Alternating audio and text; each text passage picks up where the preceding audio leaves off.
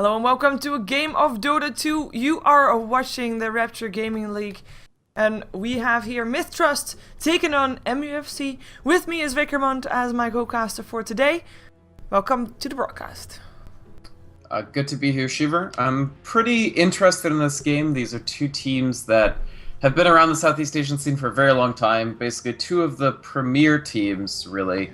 The last time I saw MiTH, and I guess this is mostly ex-MUFC now, but the MUFC team play was the finals of GEST July, and I think MiTH took that one out, but it was a really close series, and it's still most of the same teams. MiTH has one stand-in here. I see MUFC, I think obviously Winter left, but they have a stand-in in his slot, and other than that, it's mostly the same teams. Yeah, of course, for MUFC, or now Invasion, that apparently they are thinking about a new name.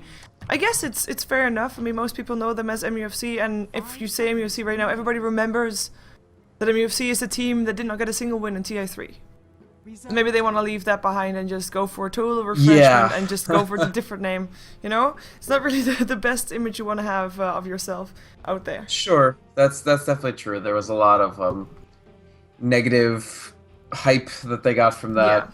Yeah. I mean, it was unfortunate because the way I do think that a lot of people got an impression of the team that wasn't 100% accurate. Like, if you go back to, I don't know, April or so, MUFC were playing extremely well. I mean, they were wiping the floor with Orange in some of their matches. They looked really, really good, honestly, in a lot of the tournaments around that point. And then, I don't know, I mean, teams sometimes have internal issues. Teams, just hit a rough patch and never really smooth it over. And that's kind of what happened with MUFC. Starting at about May, June, they suddenly hit this slump. When and a new patch really of Dota never hit. skated out of it. Yeah, it did coincide with 6.78. Yeah. I don't know if it was patch changes per se, but maybe, I don't know. Could be. I mean, there's a reason they got invited, right? Instead of just going through qualifiers. So absolutely, they were the strongest Southeast Asian team by some margin at the time that they were invited. Yeah. They were definitely performing better than Orange. For sure. Orange, of course, was able to grow into a bit stronger team at the end, but we're gonna see if Invasion or MUFC or 1, 2, 3, 4, 5 with a question mark, if they can continue to hold on here and, of course, continue to grow again, because that's what they need to be doing if they want to make their way over to TI4 again. MiTH, a team that's been around for ages.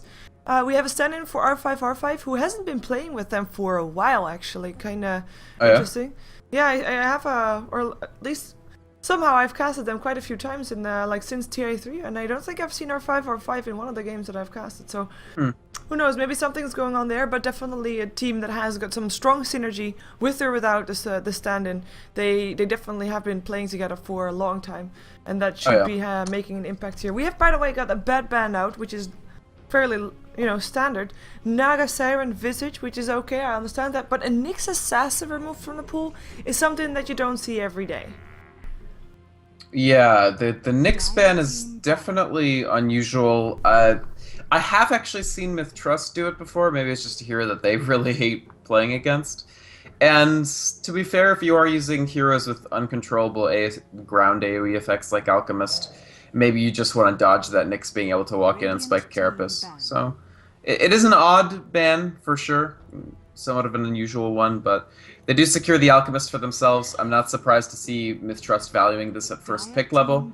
They were one of the first teams on the Alchemist boat, even before everybody started playing him, because this team loves high farm heroes, because they have one of the best farmers in the world, Lekels, yeah. Who's currently playing as... He's got the LK, but it's very stylized. He tried to make it with his keyboard without letters. Well, it worked, I guess. It works. Slightly, awkward, but it worked. We've got a Weaver ban out as well as the Razor. No surprise there. I mean, they picked up the OD on the side of MUFC. We also got a CK ban out and a Dragon Knight. No surprise there, because there is also an IO. So, both of the bans are actually responsive to MUFC rather than responsive to MiTH, I think. Also, I mean, the Weaver is, of course, is a nice combination together with the Alchemist. That's definitely there, but removed from the pool. One hero that we still have in, that we have seen quite a lot of lately, Abaddon. Oops. Abaddon is still in the pool, and of course can be picked up here on both sides still, even with the Crystal Maiden pickup, if they want to try and make something happen here. Hopefully for aggression in the early game, perhaps. Abaddon isn't a bad idea here. I do think that MiTH Trust, it's not really the sort of hero that they love. I haven't looked at the statistics, but I would suspect that most games MiTH Trust wins, they win in a 4 Protect 1 lineup past the 30-35-ish minute mark. And Abaddon, that's right when he's sort of just tailing off a little bit. He's much more of a early all-in aggression style. Not that MiTH Trust isn't capable of playing that. In fact, in July and early August, we saw them sort of diversifying into that sort of approach.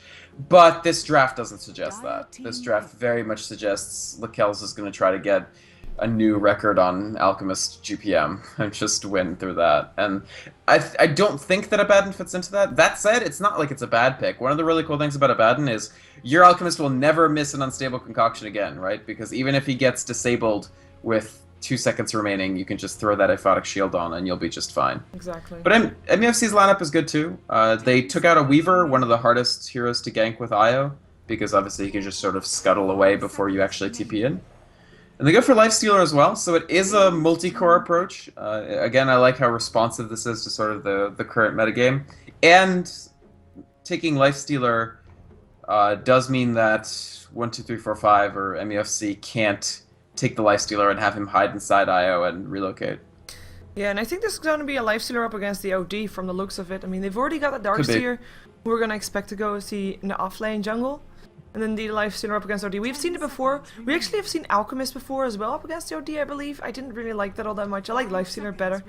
We have seen Alchemist against OD. It's not fun because Alchemist mid relies a lot on Acid Spray to, if not get the last hits, at least lower the armor of the targets to a point where it's easy for him to last hit. And you run out of Acid Spray mana pretty quick. Yeah. And then you're kind of hopeless against that OD. Well, I'm thinking Lifestealer, I'm hoping Lifestealer, and hello Ursa Warrior.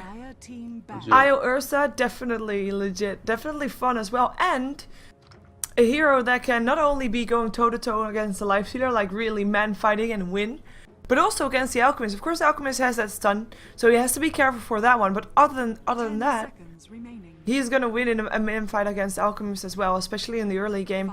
Relocating very strong. I'm thinking maybe I was expecting a Bane maybe for MiTH Trust as their last support. But right now they need more than that. Crystal Maiden already very strong up against Ursa, can slow him, can hold him in place, which is of course needed. But I think they need another disable. Yeah, Bane's not a bad idea. There are a bunch of... I mean, the thing about picking Bane is there's a Rubik, so you don't feel 100% comfortable picking a hero like that into that. So, SD is available. He's both in the players and the hero. And it works very well up against the Ursa in terms of if he gets his BKB, Demonic Purge, and he's they ban Bane anyway, so they definitely don't want to see it. Even if Rubik steals it, you don't want that being up on your Ursa for any length of time. But I do think that heroes like Shadow Demon or maybe even Lion or just heavy disable heroes. Yeah. But yeah, if the Ursa rushes BKB, which you well might against Crystal Maiden and Alchemist, then it's definitely nice to have something that at least will have an effect through that. Yeah. I actually think they could run... No, I do think that they probably should go with something like Shadow Demon. The Ursa, for what it's worth, Crystal Maiden is really good against Ursa because Frostbite is tremendously effective against this hero because it's a full 3-second disable basically. He will have to go BKB eventually, or he'll have a lot of frustration in terms of chasing people.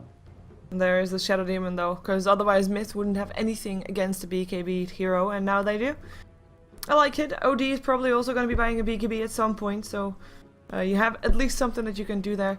Invasion still needs something in the offlane, I think we assume, depending on where they want to put Ursa, because Ursa is a very versatile hero. He could go on the safe lane and then after a couple levels jump inside the jungle. Of course, farming in the safe lane is better, but it all depends on how much levels they want to also give to their supports, because I wouldn't be surprised to see them putting the Ursa in the jungle at some point and let the IO take some levels on the safe lane, but we'll see. We have, of course, offlane indeed still needed. With Nature's Prophet removed from the pool, still have a couple there. Windrunner is still in there, as we know that. Invasion likes that. Although, having said that, TFG, the player that normally plays Windrunner, I believe, is not here. He is, or at least he is having a stand-in his place. Yeah, TFG isn't here. He has a... Actually, I've seen TFG play a lot of different stuff well, but definitely one of the key players of MUFC, I think. And yeah, they do have a stand-in his spot. I still think that these are pretty legit lineups. I actually like the Bounty Hunter just to reduce the amount that the Ursa can be kited. So that extra movement speed from track will somewhat counteract, for instance, Crystal Nova or Open Wounds or Demonic Purge, although he'll still be slowed quite a bit. Yeah. So the trick for, in my opinion, the trick for MUFC, or for 1, 2, 3, 4, 5, is just going to be making sure the Huntrash player gets that initial load of items, like Vlad's, BKB. Once he has basically those two, he should just be able to stomp over this game. But if MiTH Trust are able to put enough pressure on, especially in that sort of early mid-game phase, then they could have some trouble. Yeah, I think if Ursandil, as you said, gets ahead, it will be very tough for MiTH to get back in there. One thing that I'm kind of worried about for MiTH Trust is that their mid/early game, like in terms of, they can keep themselves safe. They have a rage to escape, they've got chemical rage. They, in theory, shouldn't die, but they don't really have any real killing potential unless they're ganking or grouping up or something like that. And like something like a Queen of Pain, something aggressive in the mid game could try to help out here, but they don't really have something like that. So if their lanes are not that strong, if their lanes don't really go too well, then again, MUFC or Invasion or 1, 2, 3, 4, 5 is going to have an easy time. And for people wondering, they are not tagged up as MUFC because they're planning on potentially changing their name. Right. It looks like they are still sponsored, at least, by Invasion. Yeah. I think that organization does sponsor individual players as well as teams, so that might be what's going on there also. Okay. Well, let's see who is playing what. Of course, once again, you are watching the Rapture Gaming League. This is one game between MiTH Trust and MUFC, and on the Radiant side, we're having MUFC or Invasion or 1, 2, 3, 4, 5. 60, who is actually WWK, will be playing the Bounty Hunter. It will be 22, who is actually Ling. How we love these kind of names, right? Is playing the Rubik. Blah blah blah is Huntrash player or WTF. Playing the Ursa Warrior Sharky under his own name. Thank you, Sharky. Will play the OD. And Resonance of Fate, the one that is standing in for TFG, will be playing the IO this game. Yeah, and yeah, most likely just pretty standard lanes for these guys. Obviously, WWK offlane, etc. Yeah. All right, looking over to MiTH Trust, we've got Abba on the Lifestealer. Our guess is that he's mid, most likely against Outworld Devourer. Not honestly a very fun lane for a Lifestealer, but not a total loss either. It's somewhere in that goopy, unfun middle ground between Razor and Storm Spirit. Yeah. Then TNK will be handling the offlane duties as the Darkseer. And the tri-lane will be composed of their stand-in Noxum. We last saw him on the team Tell Me Why, I think. This guy's been around the scene for a while. He's on Crystal Maiden. Then SD will be playing the Shadow Demon, and the carry, of course, the one role piloted up by Lakells on Alchemist. And I think Lakells holds like 4 of the top 5 ever Alchemist performances. So we'll see if this is one for the ages as well. Yeah, for people wondering in the chat, WWK is actually Wang Wang. He is playing the Bounty Hunter. Confirmed. So, no TFG in this game, unfortunately. No TFG, yeah. Yeah. We do have, like, Ling. Ling, I think, just a really underrated player, and it's a shame that MUFC wasn't able to do better in TI3, because I was really looking forward to seeing this guy do well. Yeah, we have a rune taken by the Bounty Hunter, but, you know, regen. Congrats on that one. I'll be happy that's that one. But we are gonna see no real action for a little while unless Bounty Hunter tries to make something happen here in the early game. But in theory, we're gonna see Darkseer in the jungle, and the only lane that we're actually gonna see people really facing each other is mid. And the only one that's gonna be really in any danger, I think, is gonna be the Bounty Hunter, should he indeed go towards that top lane. Look at that ward already placed, the sentry ward. Making sure that should Bounty Hunter pass there, they'll see him. Yeah. Looking towards this middle, this is definitely a skill matchup for Lifestealer. Basically, you're never going to win the lane or even really come close. But if you manage to sort of keep the creep wave very well balanced towards your high ground, you can at least do okay. And you can see that actually, Abba is 2 for 2 already, so he's doing very well on this first wave, which is pretty important. But you can also see, he doesn't have mana to cast Open Wounds. Like, he just trained it, and before he could cast it even once, he ran out of mana. Yeah. So that's really the difficulty. I'm also interested in seeing Sharky, you know, finally playing. It's been a while. He was sort of in that... A lot of the Southeast Asian teams do this, like they keep a 6th man regularly on their roster, and I understand the theory, but it just seems to me like they almost never end up getting any playtime. Like, Keswick on Orange, I think he was at TI3, but I never saw him, and like, he certainly didn't get any games. Oh, by the way, there's someone in the chat who is saying that TFG is actually indeed bounty hunter still. But that would mean that we got wrong information from the admin. But I don't think that's true. I mean, I looked at the Steam profile earlier, and it wasn't his Steam profile, but I don't know. Okay. Well, I guess we will never find out, at least not for now. That's okay, it's no biggie. I'll just call him Bounty Hunter. After all, he is the Bounty Hunter. And he is actually level 2 already, which is quite impressive since he hasn't set foot on the lane. He's only been stealing creeps in the jungle from MiTH. So that's pretty nice. With Rapture will be there. Just trying to make sure the creep wave runs its normal path, so no real initiation to try and go and kill someone. As Abba, that steal would have been really huge if he had gotten the creep wave, but yeah, it's the difficulty of going up against something like a Shadow Demon or a Bane that can just disable you for long enough to lose the aggro on the creep wave. Still, I think Bounty Hunter overall is doing pretty well here.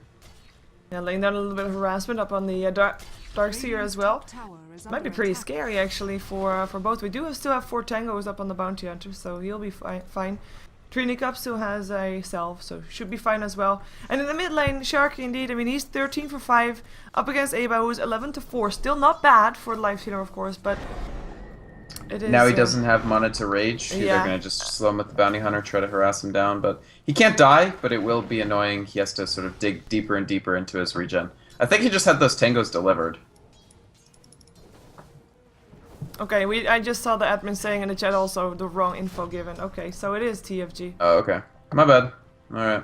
Oh well. Either way, Lakel's, you can see that he feels completely comfortable leveling the Grievel's Greed. He's already got 24 last hits. Same as Hontrash player, but of course at parity, as long as Alchemist is leveling his Greed, he's going to have higher GPM.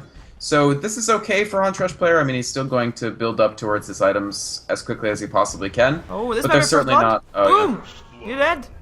Sharky able to just harass Lifestealer to death, basically.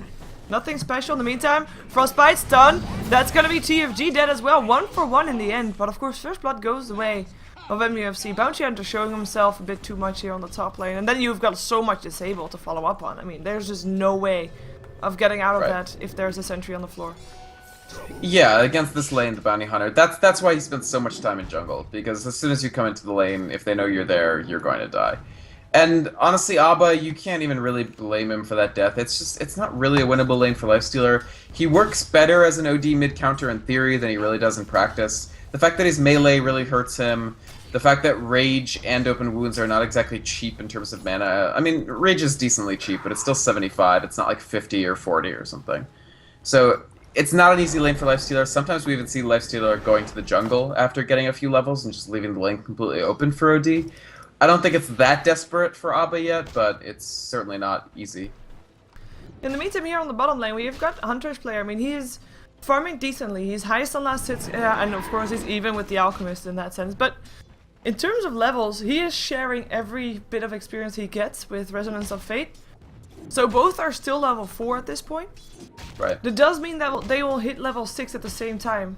And they'll try to make something happen. And it of course means also that Rubik gets every bit of experience that he gets in the jungle. And he's actually higher on level than the 2 on the lane. He's level 5 at the moment. Yeah, it's definitely a conscious decision, I feel. They didn't feel that they could get 2 heroes worth of XP out of the jungle, perhaps, and they wanted to get Rubik up to 6 quickly. Because there honestly is a lot of stuff that you might want to steal on this opposing team, so it'll be good to level that Rubik. Additionally, it's a little bit of guaranteed XP from the IO, not having to rely on the jungle, but either way, basically IO and Rubik will be at a somewhat of an advantage over where Crystal Maiden and Shadow Demon are, and that could be a big deal. But the flip side is, of course, as you pointed out, that Ursa's quite underleveled. Yeah. But if it works correctly, I guess. If okay, he gets kills the moment he reaches level 6. In trouble. He's probably dead. Oh, he's probably dead. Runs for his life, but how fast can you run? Boom! Again. You really can't, because no open wounds, no rage. You just have no tools. So as soon as they run you out of mana, you have really no hope. Yeah, Telekinesis, Fate, Bolt, Sanity's Eclipse. I think every single person would have died from that, I would guess. That's true, but like a lot of people just wouldn't be in that situation because they're not running a melee hero, right? With no mana to have any like recourse. Big steal. Nice. There goes the sea turtle.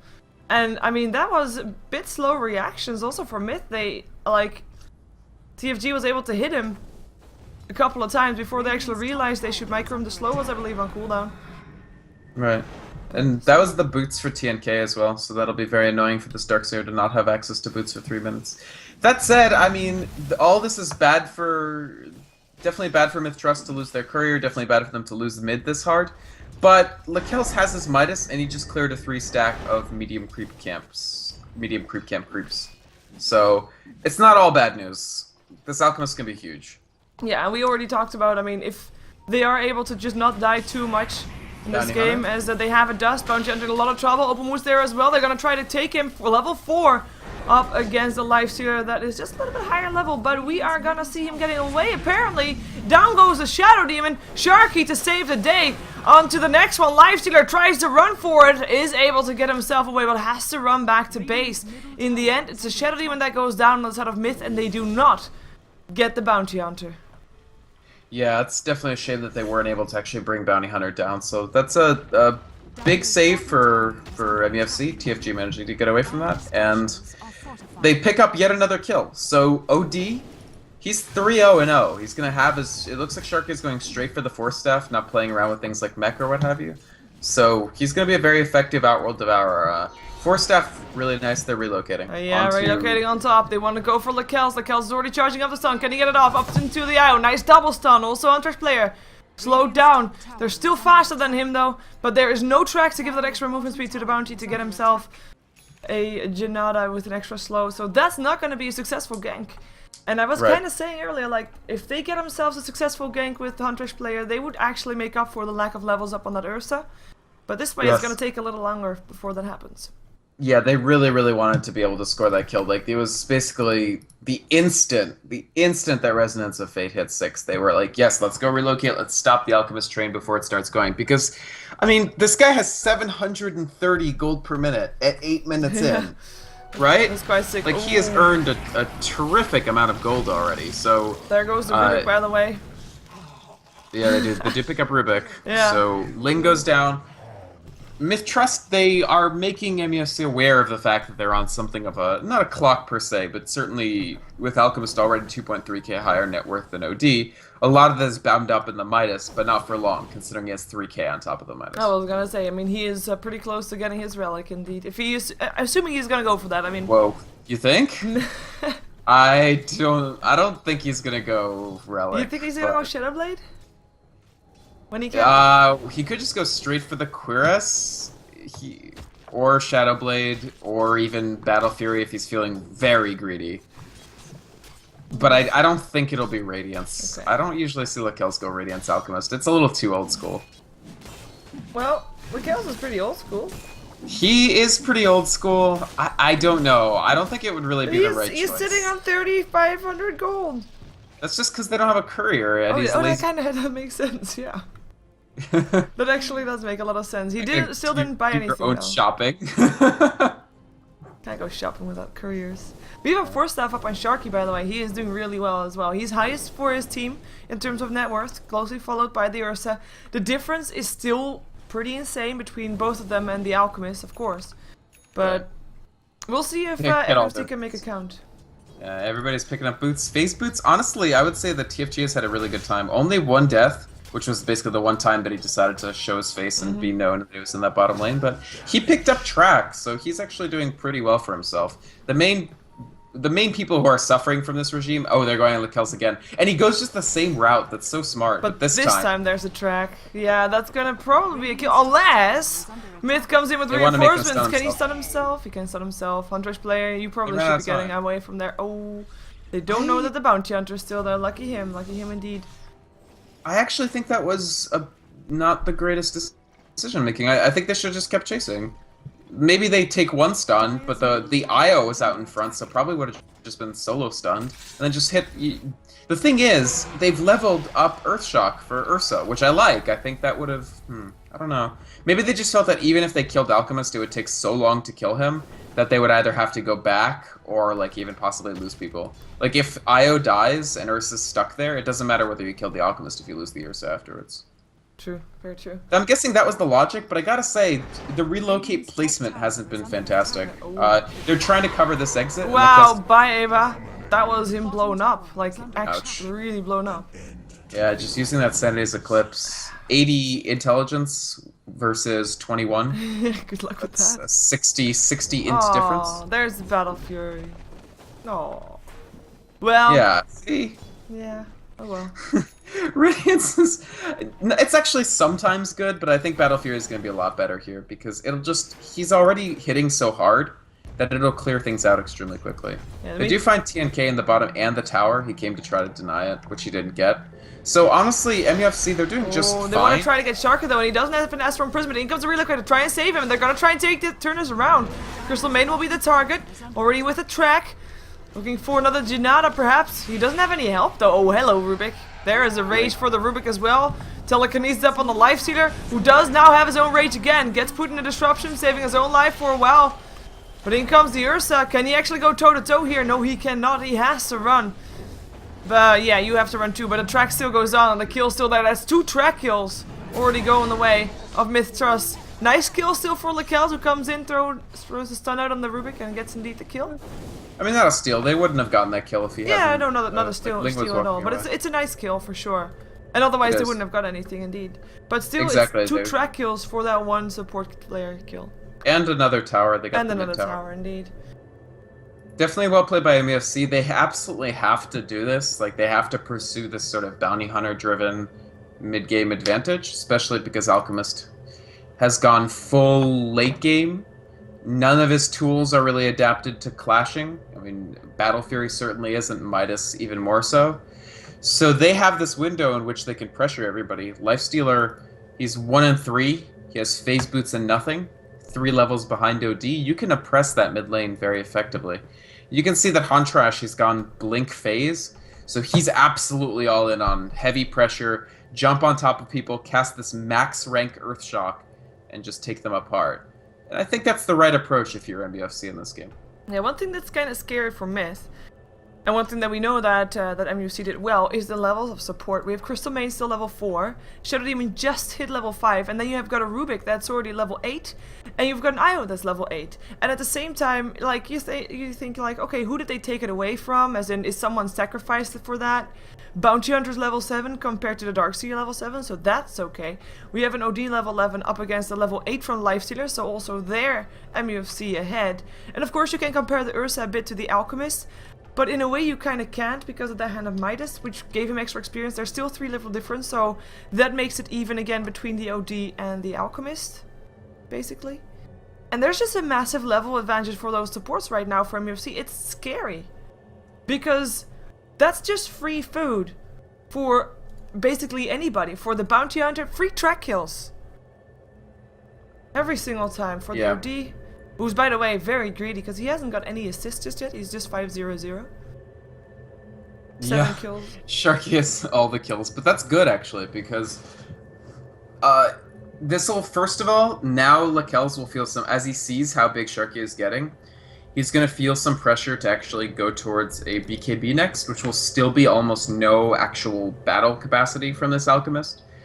And OD is just growing to fairly terrifying proportions. Like, even though they have 2-3 intelligence heroes, none of these guys are anywhere near the... I don't think they're at the threshold to actually not take damage from Sanity's Eclipse. No. I mean, 2 of the intellect heroes are level 4 and level 5. that doesn't Right. help. And they've got the Darkseer who's got 47, so it's still quite nice. But it's just not the same compared to an OD. And Darkseer is also not one of those heroes that starts stacking in early on. I'm expecting him to be the one to be forced to go for a mechanism, because who else is going to get it? I mean, Shadow Demon and Crystal Main are not going to get the goal at any point soon. And also, it'll have to be intellect. Sorry. Yeah. No, for sure, it'll have to be Darkseer going towards mech. I suspect Sharky, meanwhile, is just going to go straight for the sheep. He might even hang on to Tranquils longer than you typically see. Usually you see ODs disassemble their Tranks, make treads. And you frequently see that fairly early because you can use the Ring of Regen that comes out of the Tranquil Boots, the disassembled Tranquil Boots, to finish your mechanism. But in this case, where he's not going mechanism, or I don't think he'll go mechanism, especially because Resonance of Faith has 1,500 gold to play with, I think he'll just go straight for Scythe of Ice. And that could, honestly, pretty close to win them the game. If he gets that in a respectable timing, definitely. Well, he's got 2.7k, so unless things start going really grim, he should be able to get it pretty quick. Yeah. Should be able to pick up his Mystic Staff, and oh my god, that intellect difference will only ramp up. It's gonna be scary, especially for the Lifestealer. I mean, you're expecting maybe your Lifestealer to be the one to get a bit of that mid game. I mean, it's not such a dominant mid as you sometimes see, but in this case, he's the only one that can do something. Maybe Alchemist can do something, but he went for Battle Fury, so he's gonna continue farming a little while longer. Okay. They are ready. I think that Lakel's build may be actually a bit too greedy. I think he should probably have just gone Shadowblade instead of the full Battle Fury. At the time that he made that decision, maybe things seemed more stable than they actually were. But if you just look over at 1, 2, 3, 4, 5's lineup, you see a lineup that's going to put in a tremendous amount of pressure on you in right around this timing window. Yeah. So to choose the Battle Fury in the face of that is a sign of, on the one hand, great confidence in your teammates, which I like, but on the other hand, maybe strategic overconfidence, because the odds were just not great that you'd be able to actually get the full effect of that. Now, if it works, if they manage to stabilize with the other 4 players, then it'll pay off in spades, because you'll have the richest alchemist on the face of the earth. Yeah, and he is gonna be... He is at 800 GPM already. Yeah. So. It all depends on how much pressure 1, 2, 3, 4, 5. Wow, I cannot count to 5. Will you look at that? I'm just gonna continue calling them MUFC. It's way easier, but it all depends on how much pressure they can apply here in this lane. As we're gonna see Crystal Main maybe picked off. No, close though. Has to already go back to base. Get surged up. Surge is actually a really important tool for MiTH here, and they've already used it to escape a bunch of times. Yeah. And there's the Shadowblade moments after he takes the Battle Fury. Now I think he probably, if he wants to, can go BKB.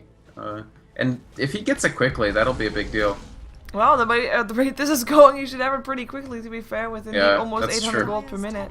It's gonna be 4 minutes or so, yeah. Depending on if they can get some towers, because so far there's 2 towers down on the side of MiTH. There's 0 towers down on the side of MUFC, and I'm kind of expecting them now with that Shadowblade to try and make some more things happen, trying to fight aggression with aggression, and in comes already the Alchemist with the Shadowblade, going for the Ursa. Stun is there, Vacuum as well, but the relocate to save his life. In comes Sharky. That's gonna be the Sanity's Eclipse, but also he has to already force himself back. I mean, they don't lose anybody, but this is already such a big change than what we saw earlier, where MUFC was just forcing everybody else of MiTH back, but with an Alchemist there, they can't take anybody down. Right. Scary. And Alchemist, MiTH is reminding us of just how incredibly irritating this hero is. I mean, I'm not mad at it in MiTH. They're doing exactly what they should be, and this is a hero that ideally fits into their playstyle. By the way, they're gonna kill SD, free kill. No track, actually, but... No mana for track. I feel like he probably... Yeah, I mean, he probably didn't need to track. He could have done it instead of Shuri Toss. They're gonna try to catch him, but he has enough mana to Shadow Walk, so it's just gonna be Lakel stunning himself. And honestly, that was really good because they pulled all of MiTH back with that. By sort of baiting them with TFG, which gave them the free tier 1 tower. This is a really critical tower pickup for MUFC. They really want to get MiTH out of their own jungle, so Alchemist can't just farm all of it. And they're actually gonna try to lay down some pressure on the tier 2. We do have MiTH coming around now again, though. They have got 4 people moving top. The only one that's missing is the Alchemist, which is still the most scary one that we're gonna see here. And when he rotates, then I think MUFC has to back off. Until then... Yeah, but they won't see him because he can Shadow Blade in. Yeah. They're smoked, which is pretty interesting. Oh, they know he's smoked though. Try to blink forward. Actually, that was a double tap blink, I think, by accident coming off from Hunter's player. He goes for the tracked up Lifestealer though, as Alchemist has already picked up the AO. Now goes for the Ursa. Ursa gets S from prison. He'll die in the end still. Sharky gets saved for later with the disruption. Tries to TP himself out, but won't be able to do so. 4 kills going the way of MiTH Trust, and all of a sudden, it is 8-7 after it being 8-3. And then MiTH Trust is fully back in this game. I do feel that this is just a surprising... The Ursa is so quiet. Like, where are the Ursa kills just all over the map whenever they feel like it? They try to switch into a 5 push. But it's already at the point where Alchemist is already a bit scary. This guy puts you on a very quick clock. A lot of it has to do with the fact that Unstable Concoction has been buffed to somewhat ridiculous proportions. I actually think this ability is one of the more overcurved ones in the game right now, because it means that he can contribute even with nothing, just due to this ability hitting like 2 trucks. Yeah, we are gonna see them trying to fight this though. Very low Aba. In comes Hunter's player. Disruption straight away though, saving Aba's life for now. Trina Cup, Telekinesis, still a Frostbite up on blah blah. Vacuum there as well. They are able to get the Darks here, but Io and Ursa will die for that one. Lakel's slowed down, but on the hunt. We'll try to take down the Bounty Hunter perhaps, knowing that he can go invisible again. This stops chasing. Maybe trying to bait something out here. Nah. Alchemist is tracked, so they're gonna keep seeing it. They can't really bait. And I mean, they already took the Roshan, they already have the Aegis, Right. so they don't really need to fight anymore. Exactly. I mean, at this point, Lakel's is by far the scariest thing on the map. He's got Aegis, Shadow Blade. At this point, it's more levels than his item loadout. Like, he still only has Shadow Blade, Battle Fury, Treads, but he's level 15. He's almost at his level 3 ultimate. And Alchemist ultimate levels are actually really important because of that. More than anything else, it's actually the base attack time. So that's an enormous buff to his total DPS by just changing the base attack time on the ultimate. I've got a farming Ursa. I mean, this is the moment where you start wondering if MUFC can get back in this. Because this Ursa, as you said, is not the dominating mid-game aggression Ursa that you would be expecting with the lineup that you see from MUFC. This is all of a sudden an Ursa that has to prepare also for a later game. And he needs to farm more to prepare for that, because obviously he can't get those many kills. Actually, they're gonna try to relocate up into Trina Cup. Ursa already going the wrong way though. I don't know. I don't think... Part of it is the fact that I'm sure they haven't practiced that much with the stand-in player, but I just feel that the IO relocates have all been not very useful, especially like the first 2. They probably should have gotten 2 Alchemist kills, and they got neither, and that's really what's biting them in the butt now. That should have gotten the Ursa snowball rolling, because Ursa is not, like, it's not Huntrash's fault that he didn't out-farm Lakel's on Alchemist. Oh, there's no way he could do that. Exactly, but so the way that you have to do it is through kills, and they didn't get the kills. And right now we're gonna also see MiTH taking down some towers there on the tier 1 on the bottom lane.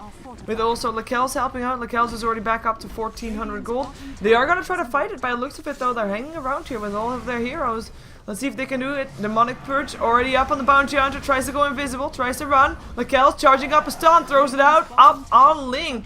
Ling's Rubik. Couple of hits only needed. That's gonna be 1 down. And the gem of course falls on the floor there as well. Will be picked up by... who picked it up actually? It was... Oh, Sharky, he might die. He dies. Yep, he jumped. Abagus goes to the top, puts Rage. Sharko is way too low. That he probably should have gotten out earlier than that, and the TP just completely catches him out. He is close to Scythe of Ice, but it has slowed down because he hasn't been able to put too many more kills on the map and has died twice. Lakel's, for his part, finishes the full cuirass. He was just waiting for that Hyperstone, and things are starting to look really iffy for MUFC. Yeah, the map control is no longer in their hands. It was before, of course, but no. We have 300 gold until Ursa has his BKB. We're gonna see how much of a difference that might make. I think it will change a little bit, but around that time, I mean, maybe... I mean his BKB moment is might great already for be Ursa. over.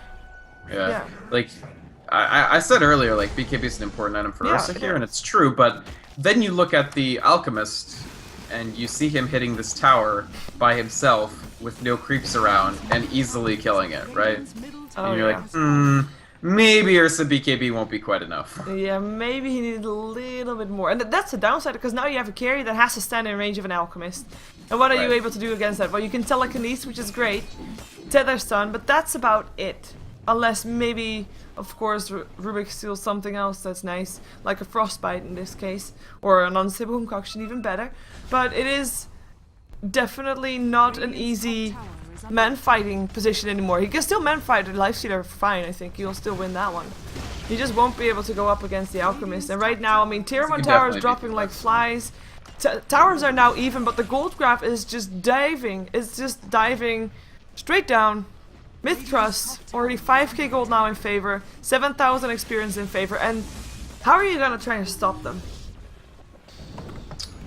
As MUFC, I honestly don't know. I'm not sure you can at this point. They kind of missed the window. BKB, I mean, turned on by Hunter's player. Can he try and get Trina Cup?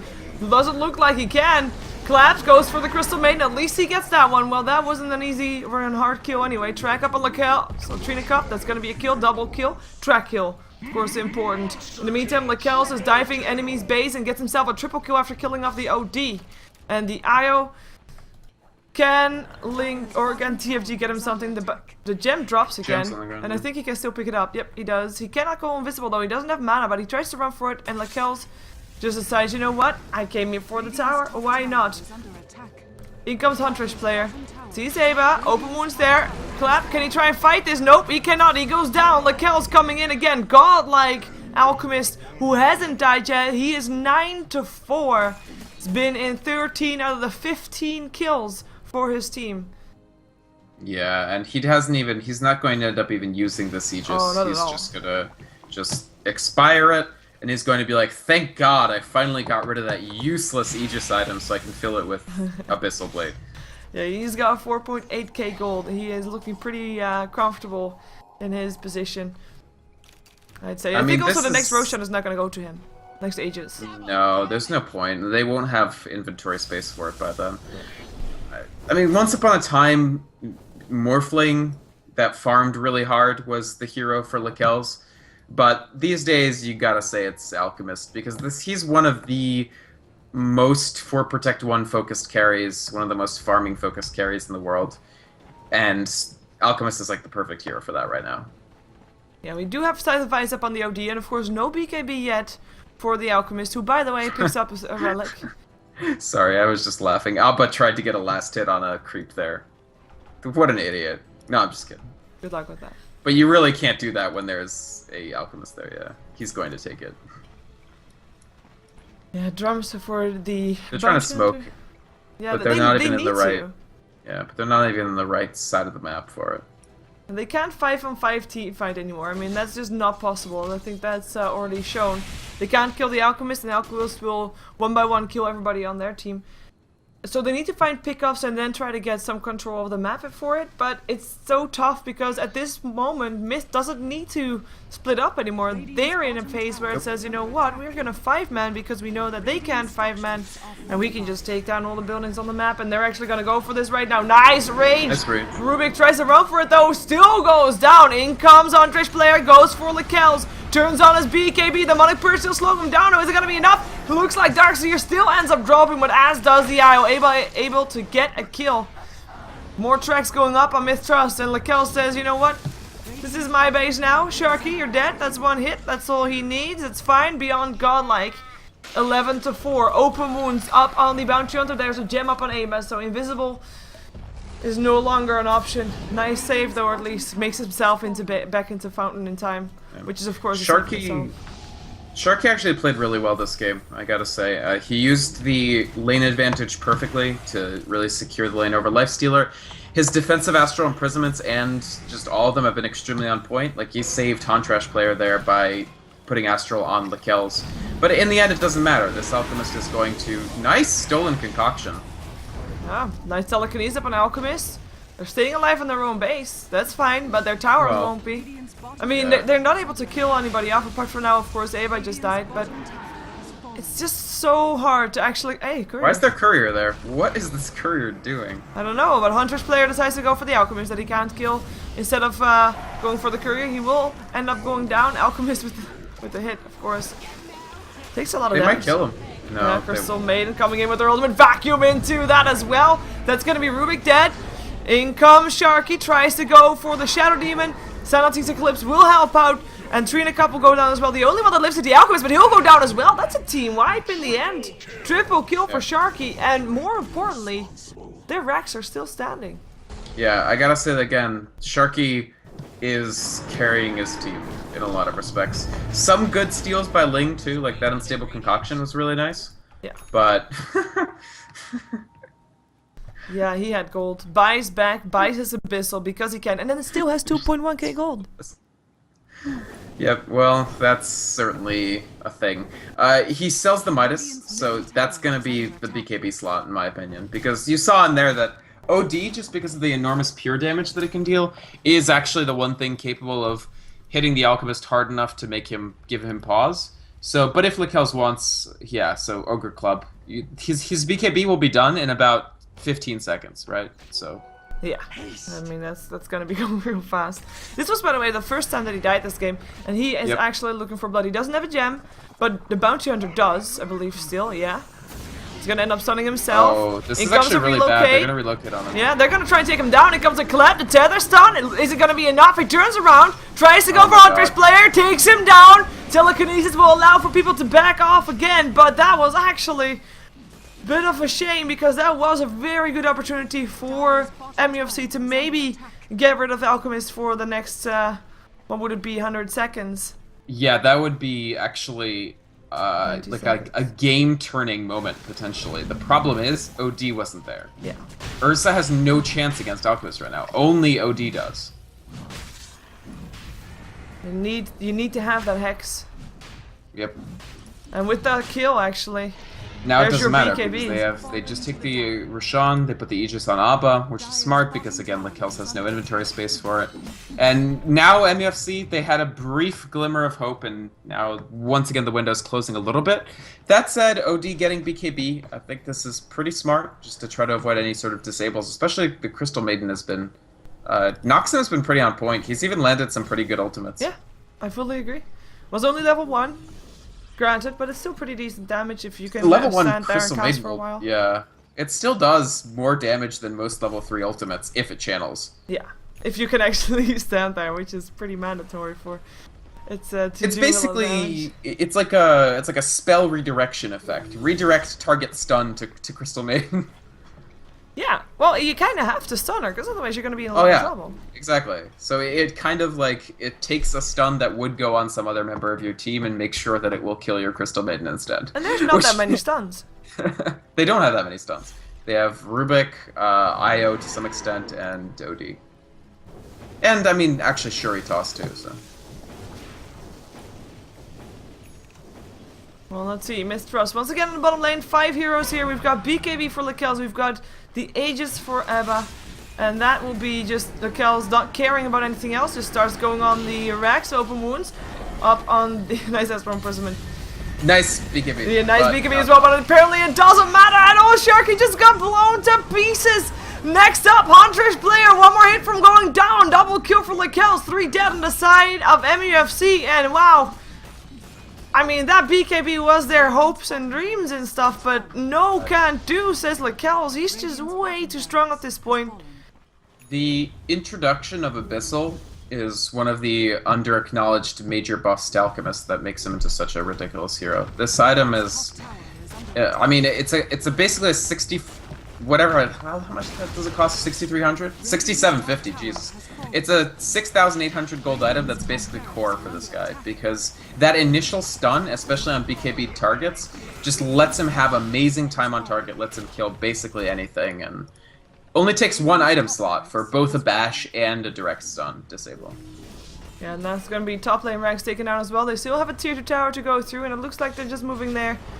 Getting the towers, in comes some tracks. Actually, Ava TP's out to push the lane back out. He's crossed the 1,000 GPM mark, by the way. Jesus. Yeah. This is Lakel's Alchemist. I mean, I told you it's ridiculous. I think his record, and it was also in like a pro game, was 1300 or something.